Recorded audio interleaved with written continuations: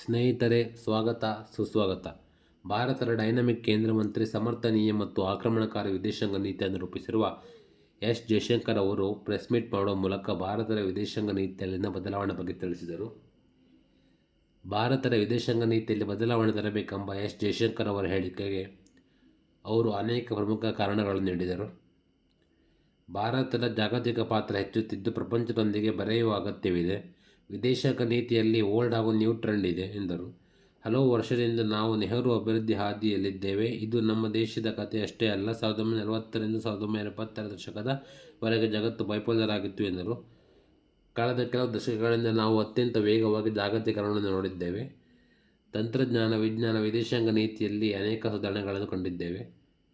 ನಂತರದಲ್ಲಿ ವಿಶ್ವದೊಂದಿಗೆ ಭಾರತದ ಇನ್ವಾಲ್ವ್ಮೆಂಟ್ ಬಗ್ಗೆ ಜಯಶಂಕರ್ ತಿಳಿಸಿದರು. ವಿದೇಶಾಂಗ ನೀತಿಯಲ್ಲಿ ನಿಖರತೆ ಮತ್ತು ಬದಲಾವಣೆ ಮುಖ್ಯ ಎಂದು ಉಲ್ಲೇಖಿಸಿದರು. ಈ ರೀತಿಯಾಗಿ ಸ್ನೇಹಿತರೆ, ಭಾರತದ ವಿದೇಶಾಂಗ ಮಂತ್ರಿಯಾಗಿರುವ ಎಸ್ ಜಯಶಂಕರ್ ಅವರು ತಮ್ಮ ಪ್ರೆಸ್ ಮೀಟ್ನಲ್ಲಿ ತಿಳಿಸಿದರು.